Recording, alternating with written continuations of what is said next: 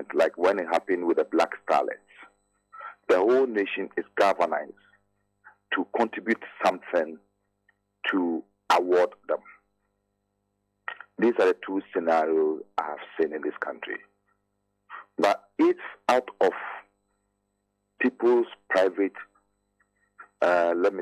appreciation of the performance of a team, and then they invite the team and give them something, it is not for the state.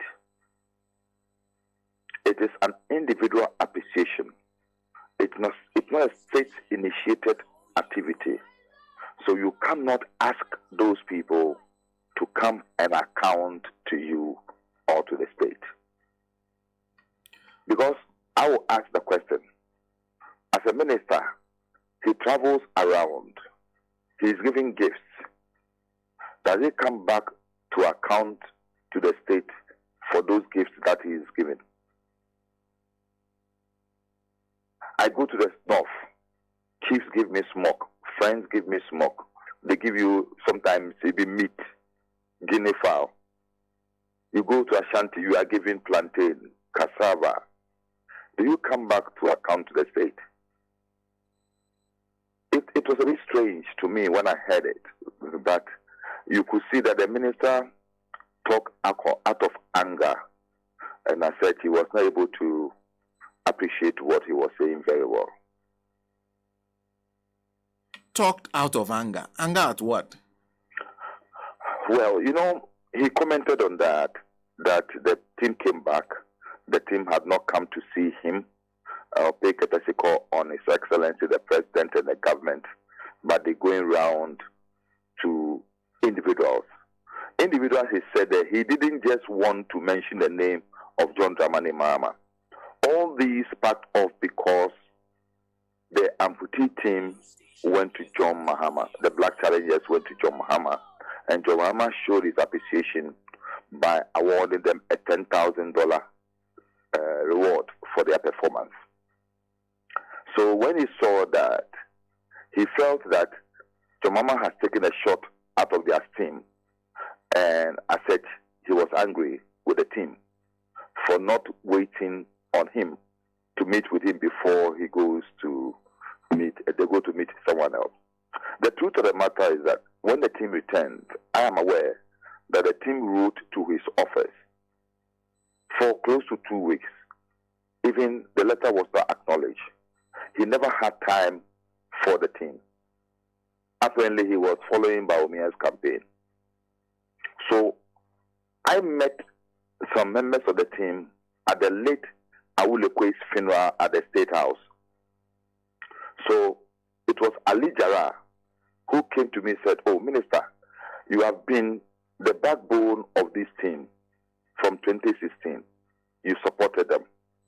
And truthfully, let me tell you, the guy who won the best player, I sponsored him personally from my pocket to go and play professional in Turkey." You sponsored from your own pocket? From my own pocket. From my pocket to go to Turkey. You can call him and ask him. So with John Mahama in 2015 developed a special interest in this team. So when we were even commissioning the Cape Coast Stadium, we specifically invited them to come and play for us. So he has had an interest. So when they won he was following them. So when they won the tournament, he tweeted and congratulated them and asked that when they come back to Ghana, he will want to see them. So immediately Ali Jara drew my attention. I was also waiting because they have told me they've written to the minister. They want to go to the ministry first because they wanted to prevent what happened. They didn't want the minister to think that they were playing politics with the team. So they waited and waited. The minister didn't listen to them, didn't respond to their request. So when they came to me at the funeral of the late former captain of the Black Stars, I immediately put in a call to His Excellency John Dramani Mahama through his secretary, Callistus Mahama.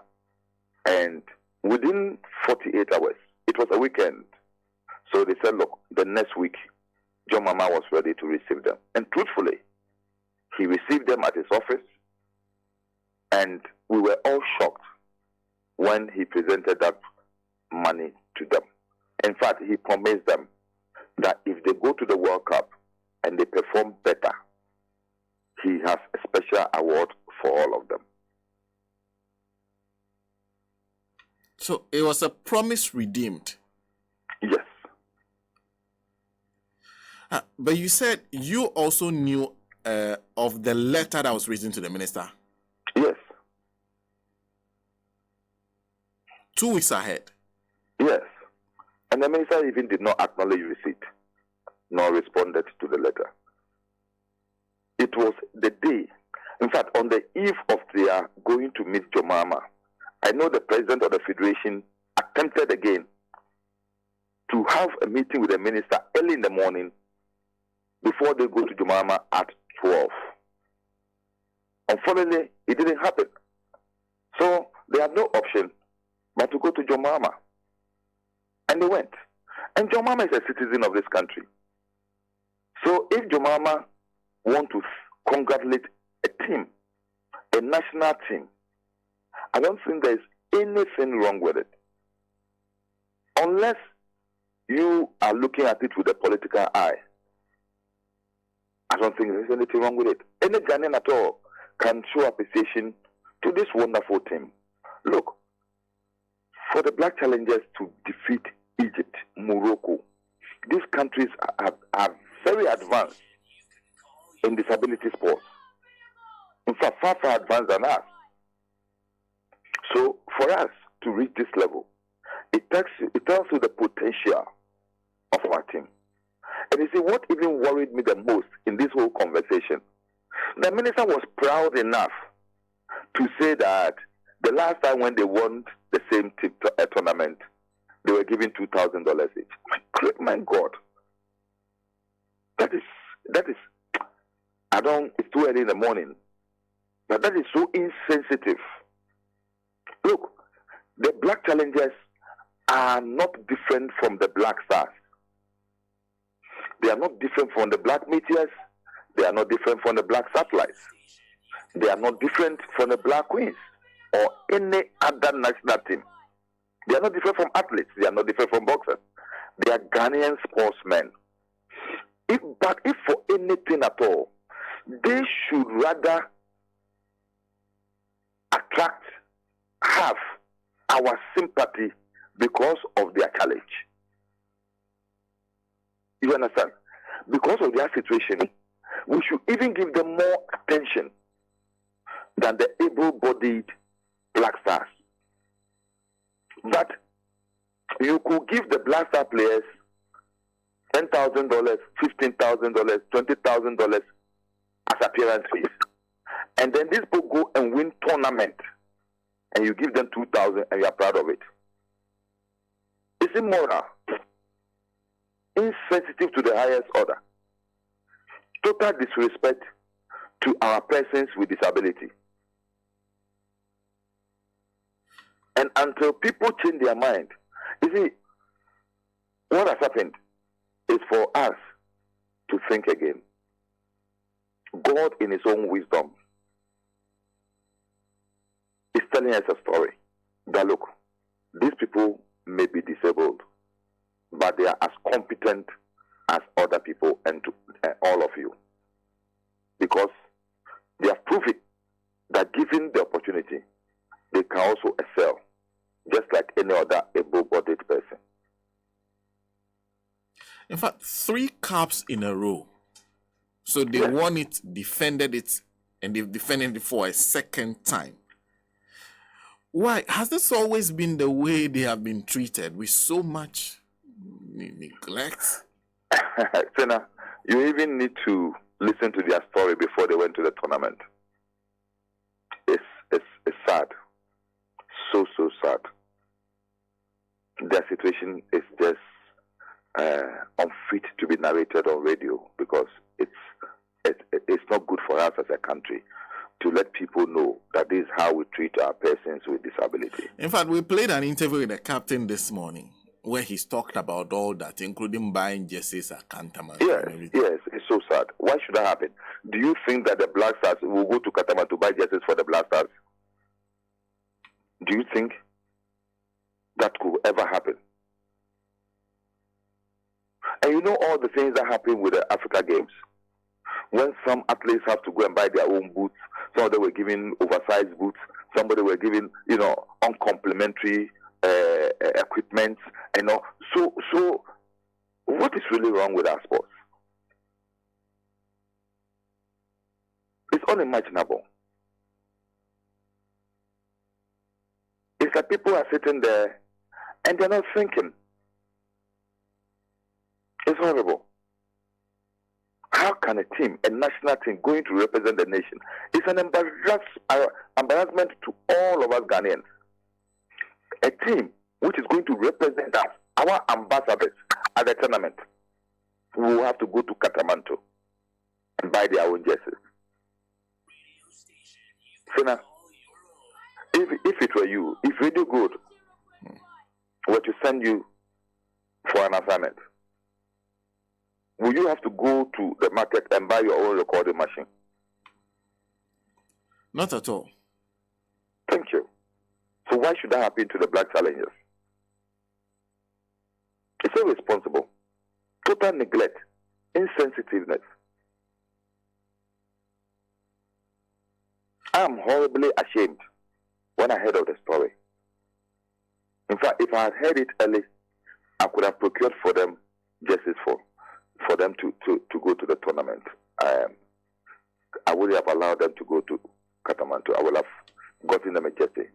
But they are supposed to have their own, because I know national teams. Every national team has a jersey that's customized specially for them. Is that not what the case is supposed to be? Exactly. It is unequivocal. But how come it is like this? But I wanted to find out, did you have a handle? Because they are black challengers, because they are persons with disability. People don't respect them. People don't regard them. It's sad as a country. Because I could have a child. So now you could have a child with disability. But if God has given that child a talent, and by the grace of God and His mercy, He is trying to exploit that talent, and He's taking him to the international level. So now, what do? You rather urge him on. You motivate him to be able to excel. And you see, we are living in times when internationally and globally, inclusiveness and respect for marginalized groups has become an international norm. And countries that don't conform to certain things are sanctioned. So when should a country like Ghana be going back to the dark days when persons with disabilities sometimes are left in the bush to die? It's sad. It's sad. Well, what the minister has said is that after they rendered account to him, they will complement whatever it is they've gotten. Is that how you pay winning bonus, based on what you've gotten? I think the minister should be responsible as a minister and stop talking like that. I think what he should do, I'm very sad. I've been very considerate with the minister, but this particular issue has really made me angry. And I don't even like his composure in the whole press conference when he was speaking. It is wrong. You don't look down on people like that. Too much arrogance and like ordering people. Look, you don't order sportsmen like that. You convince them because they are rather giving or sacrificing for this country. Let me say this. No one is going to account to any goddamn minister on any gift the person has been given. It is rather the state that is owing them so much money. In fact, 2 years ago, their bonuses are still owed, and the state must pay. I will say this morning that the minister should rather focus on how he is going to make sure that he mobilizes all the resources needed to pay all outstanding bonuses due the black challengers. should think about that one. How he's going to get the money to pay them all their standing bonuses, all the amount they are owed, the federation is owed, and also give them the desirable bonus, just as they pay the Black Stars. Any award that they would have given to the Black Stars for winning an Africa Cup, they should give that award to the Black Challengers today.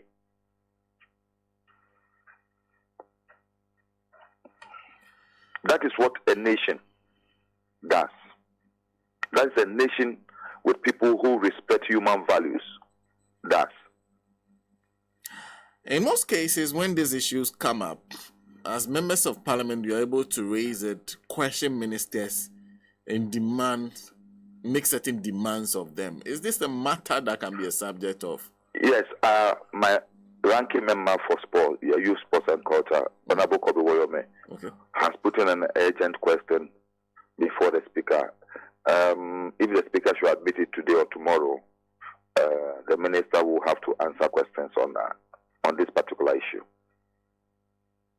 We will have taken it on Friday, but because of the issue of that woman who was abandoned in the bush to die, the health committee raised that issue. That's why we put ours forward, because ours is still outstanding running. What should change about the way we treat, especially the sportsmen, moving forward? So now, you see, the only thing I would say, if Ghanaians want to see a new perspective of sports development, management and promotion, on the 7th of December, they should vote for John Dramani Mahama and the NDC. We have a wonderful sports manifesto that will change the face of sports. I wouldn't say I'm the repository of knowledge as far as sports is concerned, but we have people with vast experience in sports, and we tapped into all of them, talking like people like B.T. Baba, who was President Olympic Committee for years, Dr. Francis Dodo. We're talking about all the ministers who have been in the sports ministry for some time. All these human resources are available to us. So we tap into the knowledge of all these people and build a very dynamic, relevant, and comprehensive manifesto, sports manifesto for the people of Ghana. And I just want Ghanaians, if they want to see, if they can, I'm challenging them. If they want to see new Ghanaian sports, they should vote for the NDC on the 7th of December. And we shall roll it out, and you'll see. I see. Before I let you go, let me move on to one other thing we were involved in yesterday. The Hands of Our Hotel demonstration that came off yesterday. I understand you were one of those who had the duty of organizing and putting together what happened. Is that accurate? Yes. Samuel Kujedo being the convener and other CSOs and also concerned Ghanaians led it, but I was in charge of operations for the whole demonstration. Did it go as planned? You say? Did it go as planned? Yes, it did. In Asena, my whole involvement in this demonstration stems from 3 angles. First, as a Ghana Dangbe. 2, as somebody who has been contributing to SNIT as far back as 1990. I'm a SNIT contributor. I'm a stakeholder in the assets of SNIT. 3, as a member of parliament, I hold a responsibility to defend the interests of Ghanaians who have voted for me. And then 4, I think we need to fight against this unbridled corruption and looting that is ongoing in this country under this Akufo-Addo government. I've never, in all my years, I'm almost get 60. In all my years, I've never seen any corrupt regime like this government. And I just think enough is enough. Because every day I get boiled up from one corruption to the other. One day one corruption, one day one corruption. It's getting offensive and nauseating. And I think especially the Ghanaian youth must rise up. The Ghanaian youth must rise up. We need to save this country. Wallahi, we need to save this country. This country is going into the abyss, if it's not already gone. And the future of our youth is at stake. And we need to save this country. And that is the only reason why I denied myself sleep 3 days today in order to be able to organize this wonderful demonstration. And I thank God for its success. Let me take the opportunity to thank all Ghanaians, especially my Gadangme people, the United Gadangme Caucus, who were behind me in this organization, the TUC, the Federation of Labor, CSOs, what do you call the name? This Voma Voice group. Yeah, is it Arise Ghana and Justice for Ghana? Arise Ghana, Justice for Ghana. And all the political parties, Afafanto, PNC, CPP, PPP, who all join us. You know, I'll doff my heart out to all of them. All Ghanaians. Yesterday, old ladies, old men, young boys, young girls. Some of them were even, underage. I saw young boys and girls, 12 years, 13 years. When you ask them, they say yes. It is their future. And they were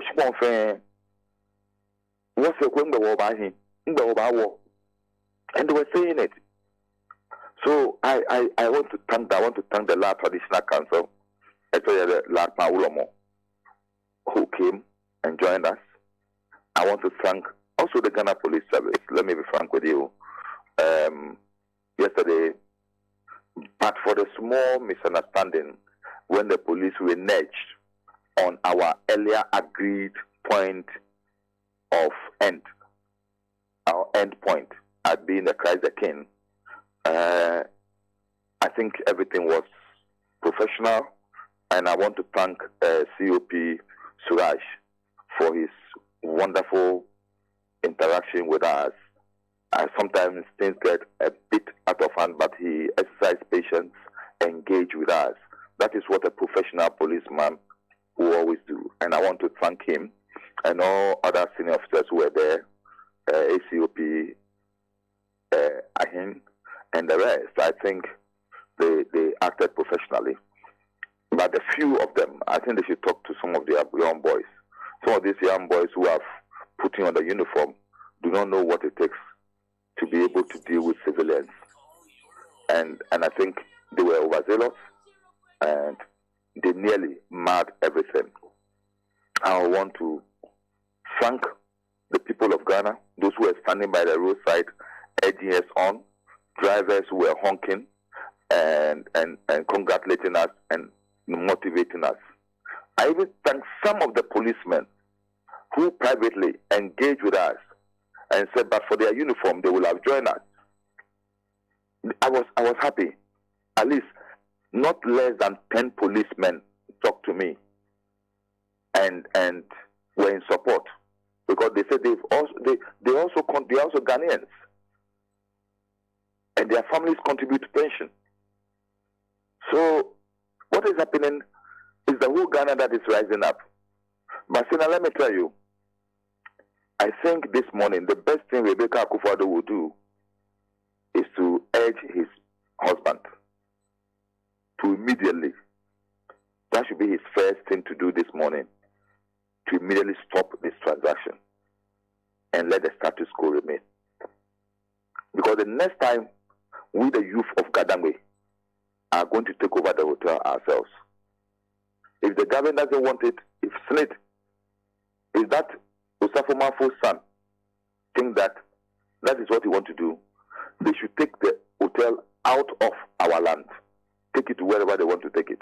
They can take it to Achim and leave our land for us. We, the Gadangme youth, would never, under no circumstance, allow this thing to happen. Enough is enough of our plundering.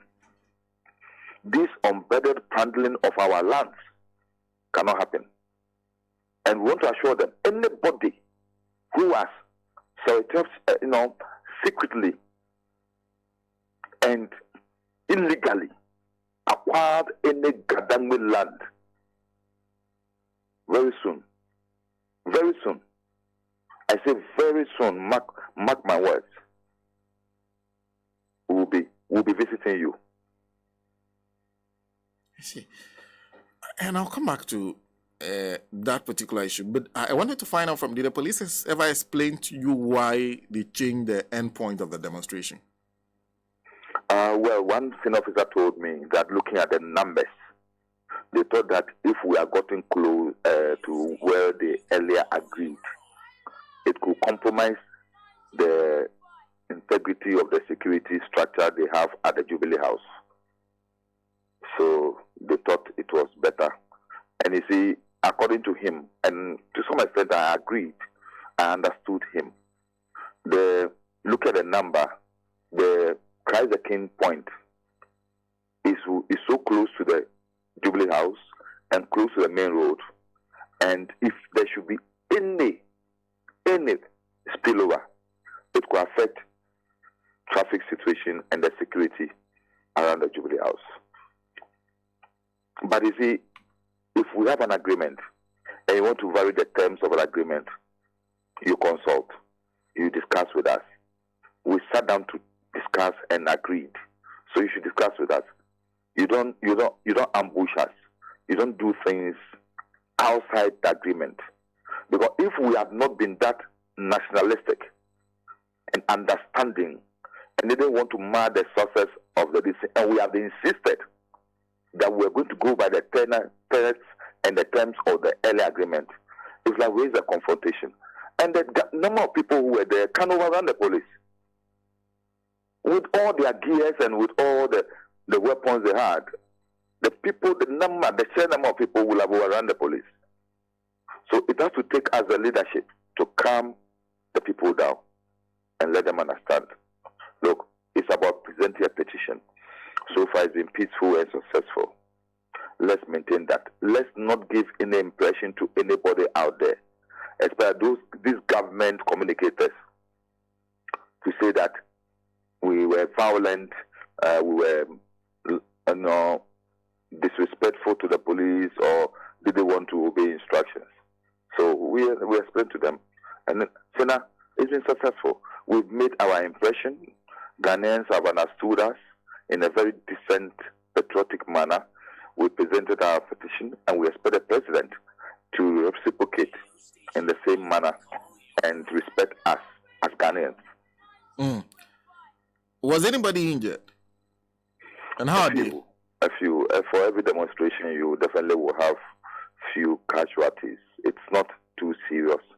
But what worried me more is one senior member from the La Traditional Council who had a problem with the leg. I think he suffered a sprained ankle or something because he was pushed and he fell. Apart from that, those who were affected by the reckless throwing of canisters, pepper spray canisters on the demonstrators by the police. And how is the senior citizen involved, and how are the people who were affected with the pepper canisters? Well, a lot of them, we were able to take care of them and they left. But the senior citizen and a few, Derek Ajay, Honorable Rita Odole Soa, and some of the organizers were paying them a visit yesterday. Unfortunately, I've not been able to follow up to this morning, and I'll be doing so.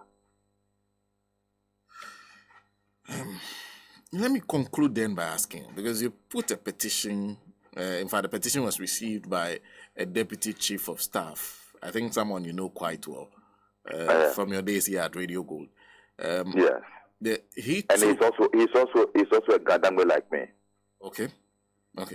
So he accepted that. But what is the value of a petition that you're sending to a man who, from the workings of government, and you've been a minister before, possibly has heard of this issue over and over again, has heard about public agitation and the comments made by people who are ordinarily not partisan and everything, and continues to ignore those comments and has not taken a step? What value would the petition hold? Let me say this.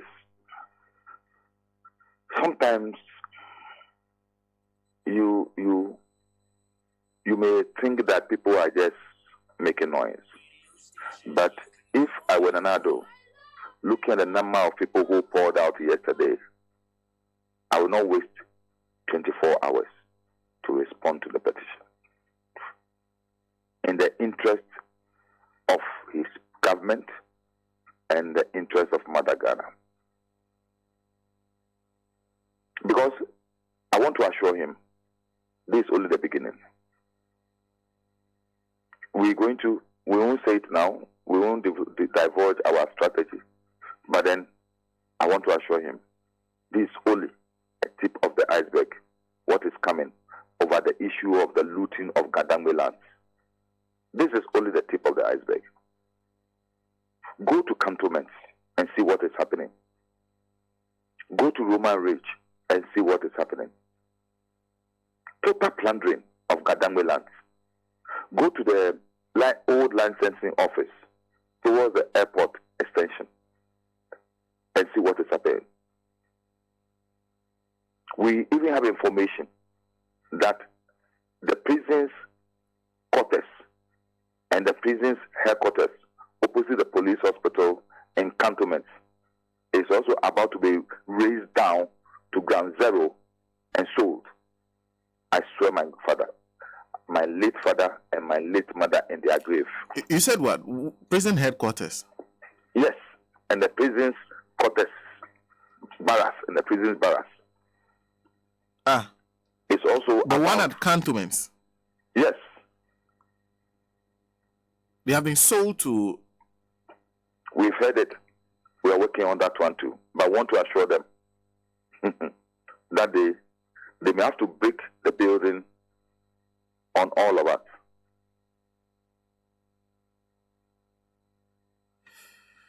Interesting. That is the level of impunity that this government can exhibit. They just don't care. They just don't care about the cry of Ghanaians. They just don't care about what Ghanaians are going through. But I thank God for one thing. The Minister of Interior is a Ghana. The regional minister is a Ghana. The one who came to get to receive and to take our petition is a Ghana. The First Lady is a Ghana. I'm just praying that by this morning, I know they are not happy with what is going on, because the cry of the Gadangwe people is their cry. I will be expecting them, if it's possible, to all of them get together, then go and kneel down before the president and tell him no more of anyone Pabufai.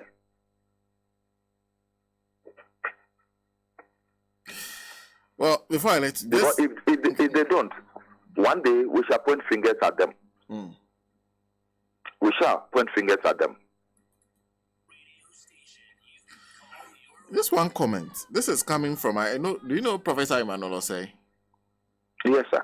Okay.